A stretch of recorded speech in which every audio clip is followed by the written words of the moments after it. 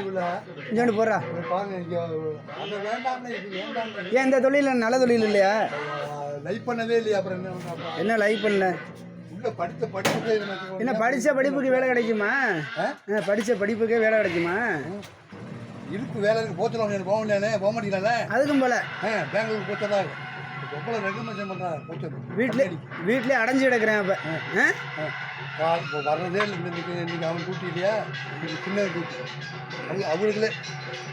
இன்னைக்கு ஒரு ஆள், நாளைக்கு ஒரு ஆள். அப்போ என்ன மாதிரி போனுக்குள்ள எதுக்கு ஆடு விடுறியா? இந்த கடையிலே நீ ஒரு ஆள், நான் ஒரு ஆள். அது என்ன பேசாமல் சம்பளத்துக்கு ஒரு ஆளை வச்சுட்டு நீங்கள் 2 பேரும் வீட்டிலே படுங்கலான்ட்டு செஞ்சாதான் சரியாக வரும். மாத்தால செய்யுங்க. அம்மாவை பார்க்க முடியாதுல்ல, எவ்வளோ பார்ப்பேன். ஆமாம், ஓடுறது ஓட்டேன் அப்படிங்கிற சாப்பாடு போட 5 சம்பளத்தை கொடுக்குவாங்க.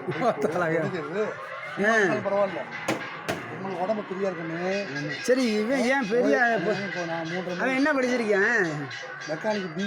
சரி, அப்போ நல்ல சம்பளம்ல போனானே. 30,000 20,000 சம்பளம் கொடுப்பாங்க. போக ஏறும் சம்பளம். மூளை சரியான மூலம். அந்த மாதிரி கம்ப்யூட்டர் சம்பளத்தை நான் வேலை வைப்பேன். சரி, போலையே கம்பெனியே அவங்க தூக்கிட்டுவாங்க. ஆனால் போக மாட்டேன்.